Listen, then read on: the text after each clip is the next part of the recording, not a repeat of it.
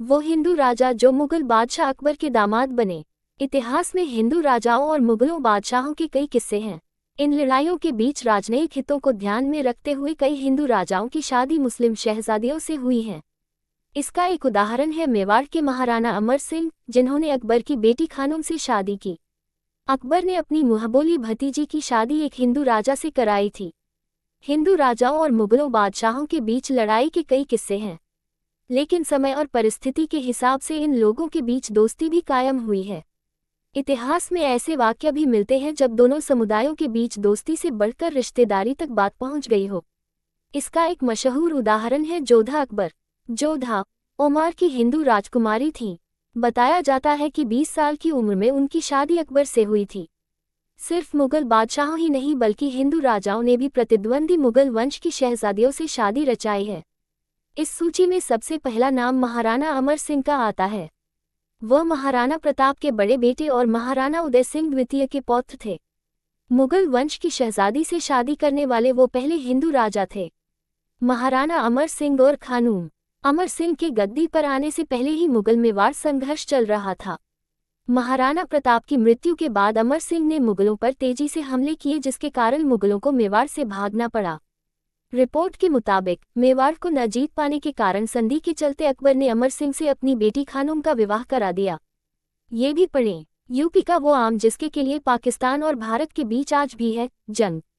Voter list में 2 बार नाम आने पर क्या 2 बार वोट कर सकते हैं? भूतों की शादी। 30 साल पहले मर चुकी लड़की के लिए मृत दूल्हे की तलाश। अकबर ने हिंदू राजा को बनाया अपना दामाद। अकबर ने अपनी मुंहबोली भतीजी की शादी एक हिंदू राजा से की थी। शहजादी का नाम था बीवी मुबारक। वह अकबर के मुंहबोले भाई अधम खान की बेटी थी। उनकी शादी अकबर के ही नवरत्न मान सिंह से कराई गई थी। वह अकबर की सेना के प्रधान सेनापति थे। मान सिंह गुजरात, काबुल, बंगाल, बिहार, झारखंड और उड़ीसा के सूबेदार नियुक्त किए गए। बताया जाता है कि बीवी मुबारक को राजा मान सिंह पसंद थे। अकबर की सहमति से ये शादी हुई थी। इन हिंदू राजाओं ने भी रचाई मुस्लिम शहजादियों से शादी। मेवाड़ का राजा महाराणा कुंभा ने 1433 में मेवाड़ की राजगद्दी संभाली थी। इतिहास में वो अपराजित योद्धा के तौर पर जाने जाते हैं। महाराणा कुंभा ने जागीरदार वजीर खां की बेटी से शादी की थी। इनके अलावा राजा छत्रसाल ने रूहानी बाई से शादी की थी। रूहानी बाई हैदराबाद के निजाम की बेटी थी।